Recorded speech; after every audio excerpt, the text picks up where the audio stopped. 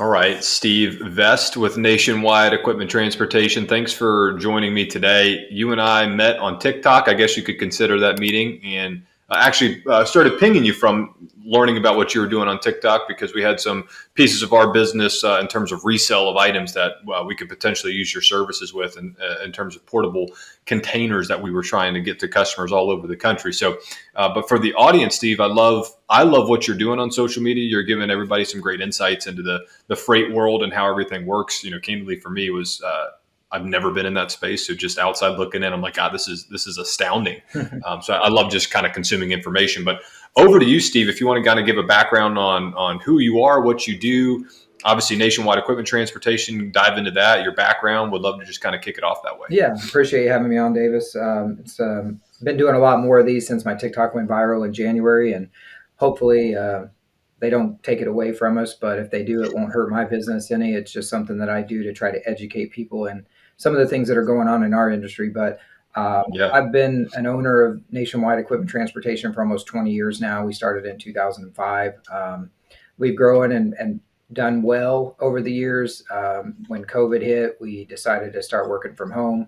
It kind of worked out. We were able to downsize a little bit and kind of take a step back and, as an owner, reassess where we were at. And then now we're in the mode of 10xing the company over the next 5 years. But we are a freight broker, so basically what we do is we move freight for customers. We connect shippers and carriers. We like to say we coordinate the uncoordinated. So folks that don't necessarily have a shipping department or a transportation person, they contact us. We kind of help them out. And recently, I think you found, and a lot of people found our TikTok because there's a lot of fraud in our industry, a lot of stolen freight happening Mhm. every day. And the way we vet our carriers is pretty excruciating and time consuming, but it helps us protect our clients and make sure their freight doesn't disappear or get stolen and is being hauled on carriers that are insured and things like that. So I think a lot of folks like yourself found me because of that and just was interested in learning more about that. And so we've actually Yeah. hired 10 people this year to do what we do and train them. And so, like you guys are kind of a franchise model, we're kind of like that, but we don't charge money for someone to come and work for us. We basically just train them, show them how to do it, and then they basically are running their own companies. So, That's awesome. Dovetailing into my first question here, Steve. Wait, and this probably comes from just all the video that I've consumed that you put out on TikTok. I know there's a lot of people that jump in the comment section. They have probably a negative view on the type of business that you have. I think that I understand the value because I don't want to say it's like being a real estate agent, but at a high level, right? Real estate agents take care of a lot of things that buyers or sellers don't want to do or maybe don't have the capability of doing, and they connect all these dots. And so I think of it that way with businesses that you're managing their freight and their logistical needs, right? They either don't want to do that, so they choose to outsource it, or they just don't have the capacity to do it. Maybe they don't have anybody on their team with the knowledge to do it, and so they find a company like yours that takes it off the plate. I come from the IT world. This is very common in IT services.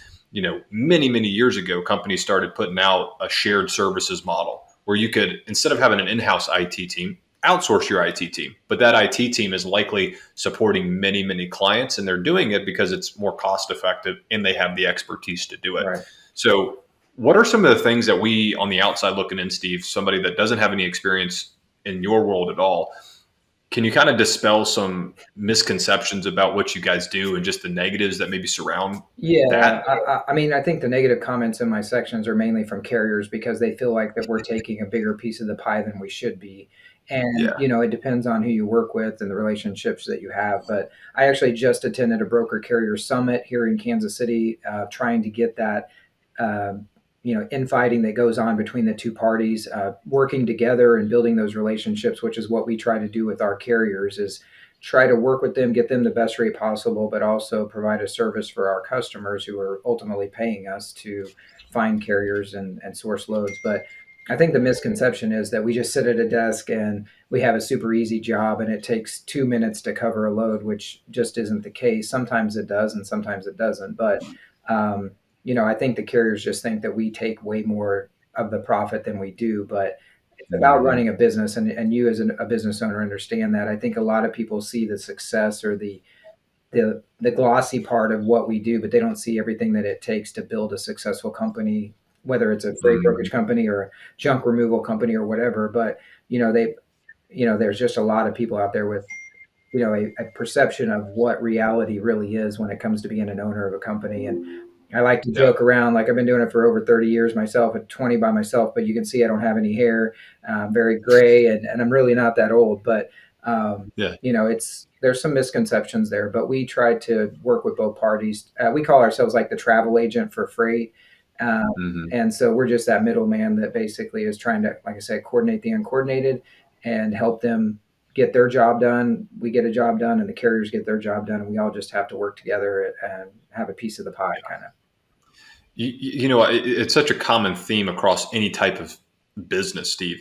And I think the issue is that when you're the person actually performing the work, like you're the guy driving the truck, or for us, you're the guy driving the truck and picking up the junk, you have a distorted view of, because you get to see the transactions and you see dollar amounts and you see what this job, the customer just paid you for this job, and you know how much time you spent there, and you know how much you get paid or don't get paid. And so the common theme, I feel like, comes from folks at varying levels in an organization, and that's where their perception of costs and, oh, I'm getting raked over the coals, or whatever conclusion they come to in their head, is because they're likely at that level of performing the work and they feel like they're not getting what they potentially could get because they know the prices. And so, not really a question there. I think it's just more of a theme across society, and just how the world turns, that is likely where that comes from, unfortunately. And whether we educate or we don't educate, you and I both know as business owners that there's a lot that goes into owning a business and running a business, and very few products or services are making, I would say, more than 30 or 40% margins. And that is, in most businesses, very healthy, right? You rarely see people making 50, 60, 80% profits. You could in the IT services days, way back in the day, but not anymore, right? It's gotten beaten down, and that's the maturity of the industry.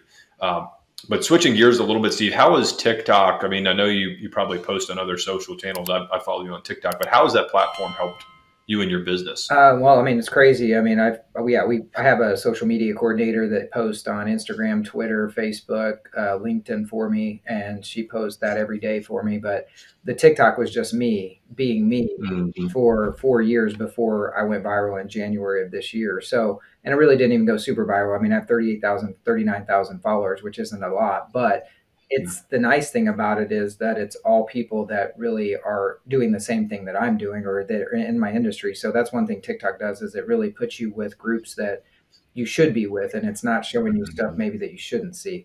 So as a Yeah. business owner, it's helped me because, one, like I said, I had a bunch of people see my videos, want to come work for me. So we've been able to hire 10 agents, train them on how to do what we do, and that has been a huge something I wasn't expecting right now. I was actually expecting to do that towards the latter half of this year.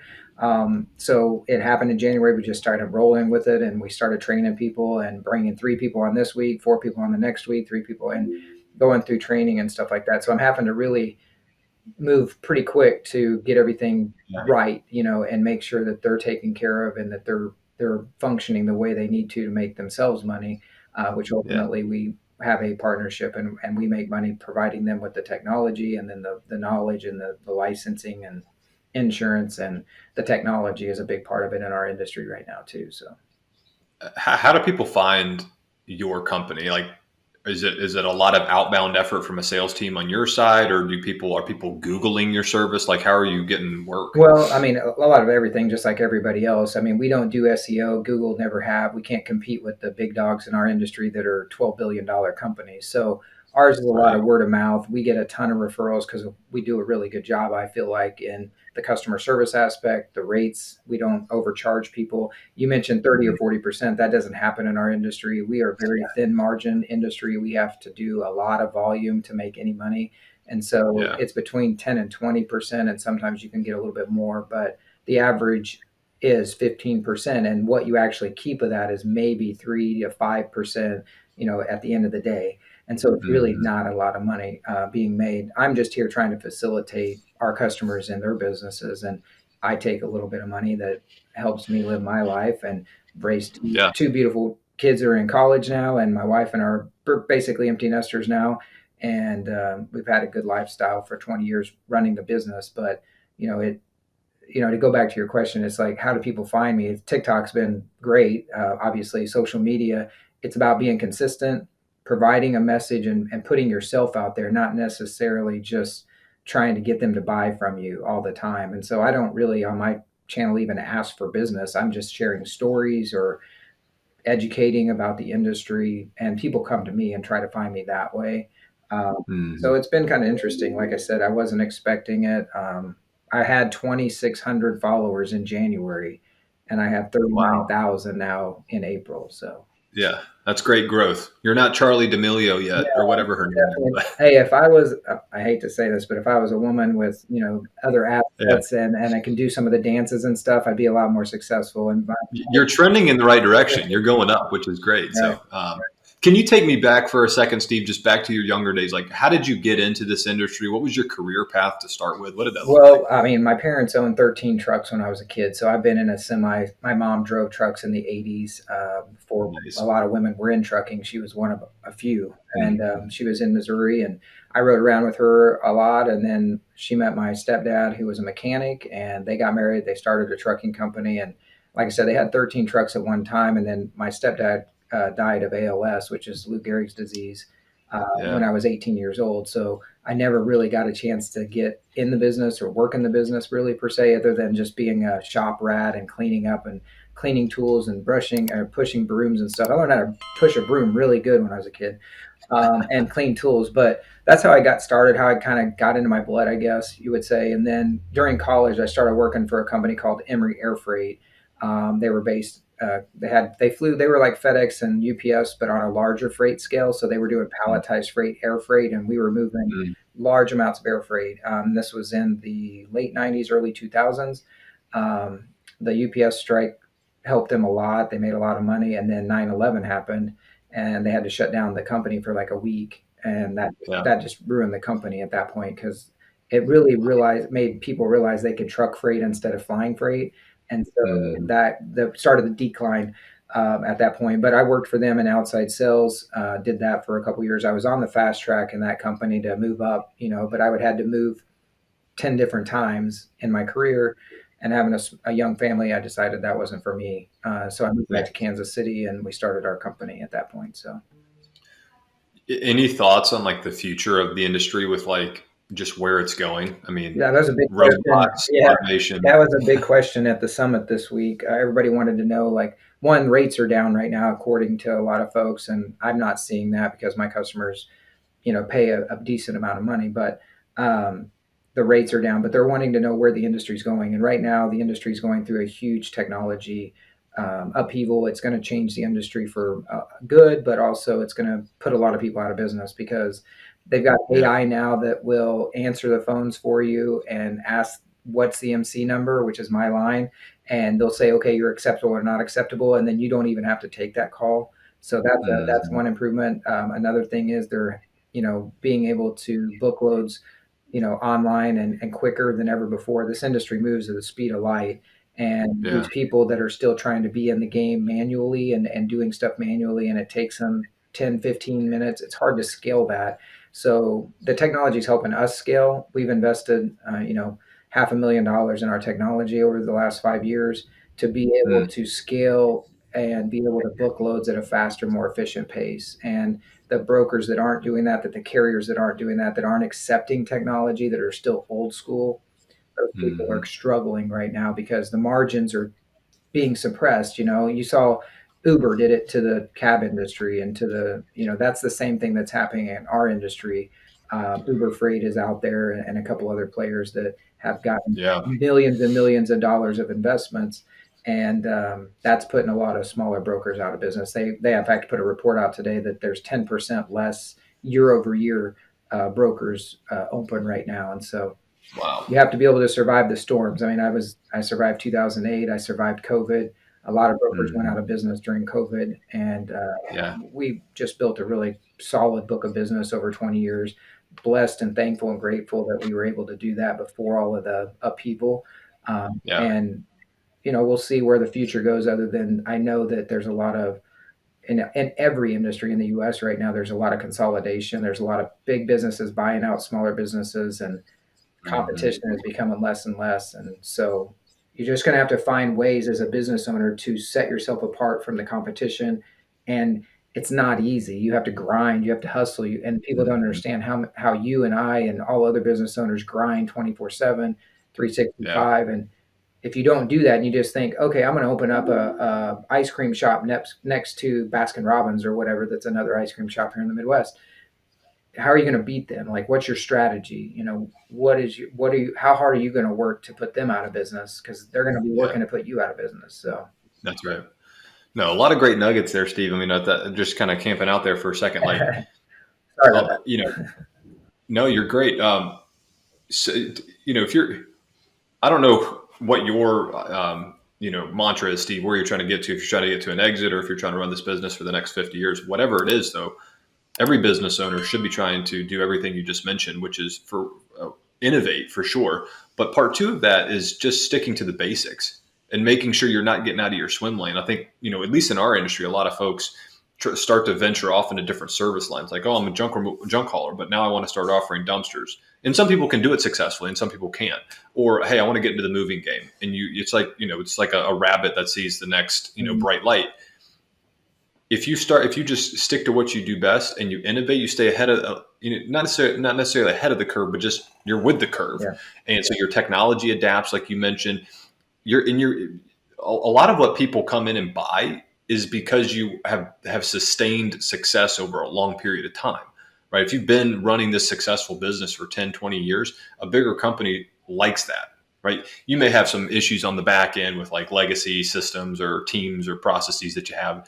That can all be fixed. But like if you have a sustainable business that shows profitability year over year, and you've made it through economic times like COVID and everything else, it just looks way more attractive Yeah. to somebody coming in and trying to buy it. I've had a lot of Um, people offer to buy my company over the last 5 years, and I've turned down, or we haven't been able to come up with an agreement. You yeah, asked what my strategy is, and I've been doing it for almost 20 years, not getting any younger. Neither one yeah, of my kids really want to take the company over at this point, and so my wife and I do have a 5 or 10 year exit strategy. We want to be young enough to enjoy retirement and travel. We travel now, sure, and we want to do that. So we will be looking to have that exit strategy at some point. And we know what our goal is. That's why we kept it a certain level or size during the kids growing up, because if it had been 10 times bigger, I would have traveled more, not been home as much, not been able to coach them, all the stuff yeah, that work-life balance is important to me. And so now that they're both graduated in college and stuff, it's like, okay, now it's go time. We really have to yeah. put ourselves in a position to be able to sell it for the amount of money we want so that we can live a That's right. comfortable retirement. And we're Absolutely. YOLO type of people, so we spend our money. We like to go places. We don't like to buy things, but we like to go places. So Experiences. yeah, Yeah, that's what it's about.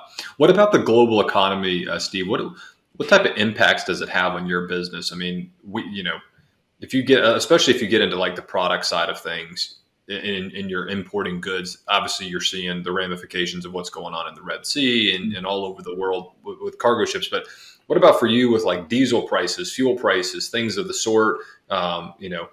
Legislation that comes down about minimum wage requirement, all that stuff. What are kind of the common topics that impact your business negatively, like yeah. right out of the gates? I think all those things you just mentioned obviously affect us all here in the United States more than we realize. And Yeah, the recent bill of them sending billions of dollars overseas of our money, that kind of stuff does affect us. Diesel prices are huge. As a broker, though, they don't affect us as much as they affect the carriers. We hmm, also are a broker that doesn't have contracts. So, like, there's some big brokers out there that'll contract a lane of business for an X amount of dollars, and they have to stick to that contract because they signed that contract. Well, we're right, more of a spot market broker, so that we work in the spot market and we do very well at that. But a lot of brokers do have that issue. We also only run in the domestic states, but we do Alaska, Hawaii, Puerto Rico, and Canada, which Canada is really not considered international for what we hmm, do. We used to do some international imports, and then when 9/11 happened, the prices went like crazy.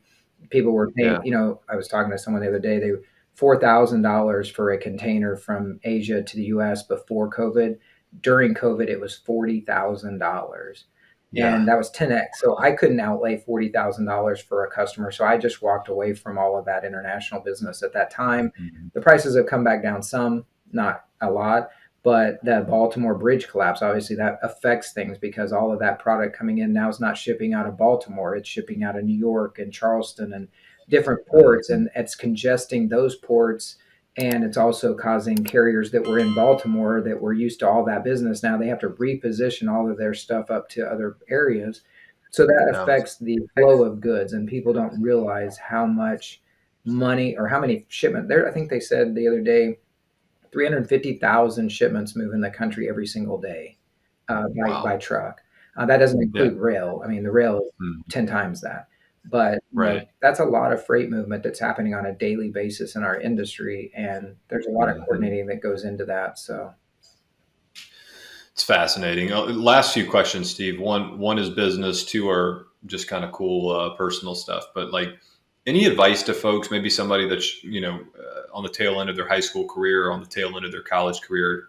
Advice to younger crowds about where they should maybe focus. Maybe you're speaking to somebody that has no clue what they want to do. yeah. Right? What would you tell them? Well, I actually speak at the high school here in town every year, and I talk to them, and the teachers always look at me funny because what I do doesn't need a college degree. There's a lot of jobs out there that don't need a college degree that you can make six figures on.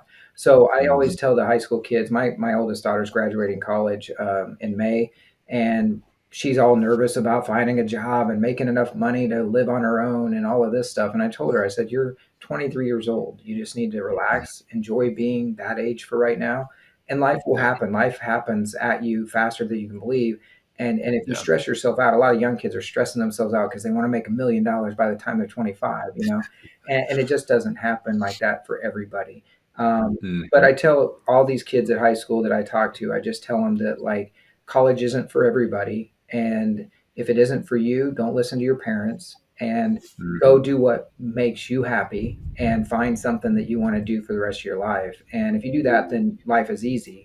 It's the people that go and get a job and make money to afford a lifestyle that really struggle mentally as well as financially because they live without outside their means a lot. So, Yeah. yeah, that's kind of the nutshell of it. But just be Yeah. patient. Gary Vaynerchuk is someone that I follow on social media, and his biggest thing is Mhm. patience. Like That's right. you got a long life to live, and you don't have to be successful today, but if you're patient enough in 10 or 20 years you might set yourself up to be really really successful.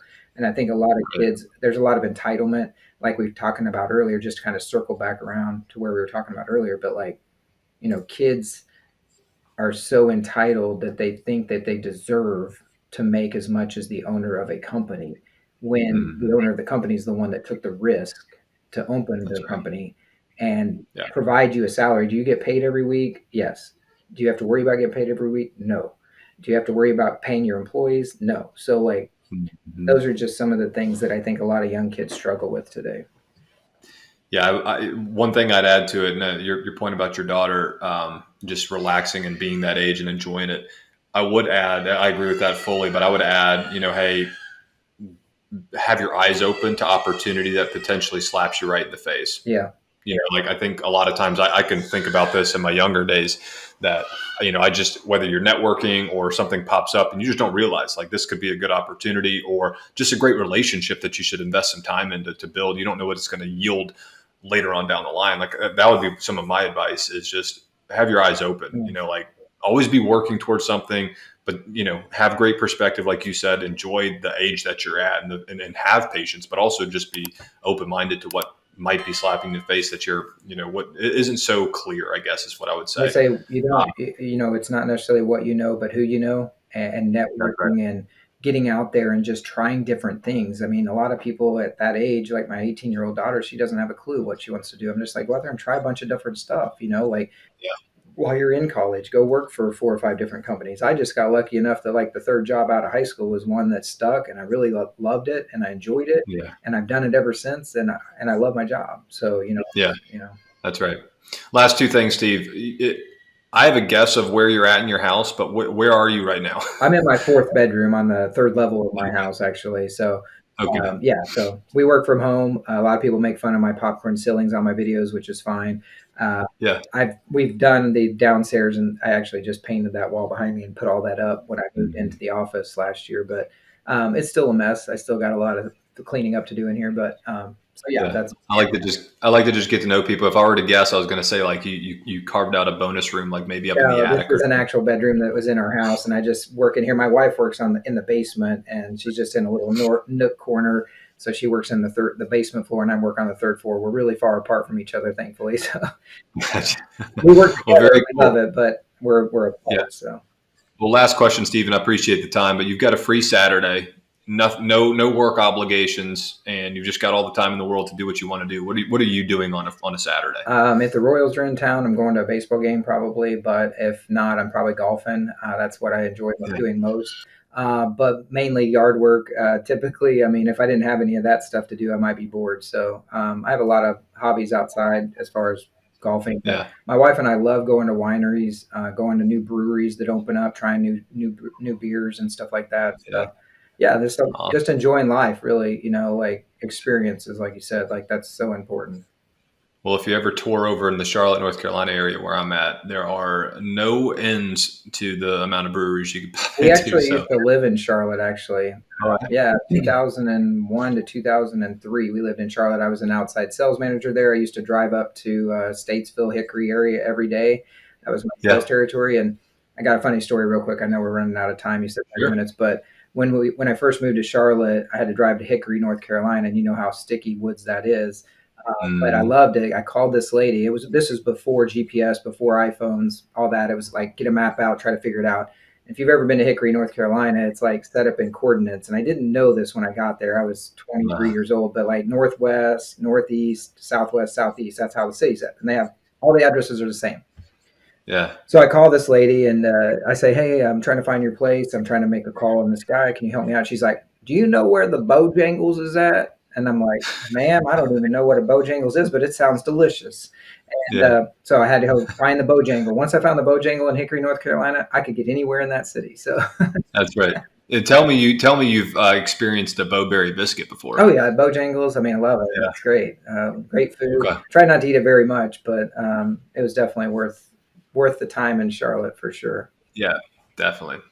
Well, Steve, pleasure, man. All mine, and appreciate you giving me some time. And if you want folks to find you, whether to do business with you, to do more of these, where can they find you? What's the best way to reach out All to of you? our social media is the same. It's NTWD Equip Trans with an S on the end, and that will get you anywhere on my social media.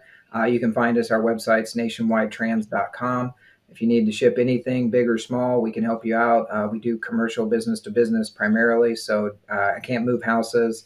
I don't move cars, and there's just a few things I won't do. But if you got a big piece of equipment or machinery you need to move around the country, I'm your guy. Awesome. I appreciate your I time, can David. certainly vouch for it. Yeah, Steve, I appreciate your time. We'll let you get back to your day, and hope you have a great All right, weekend. man. Peace out. Bye.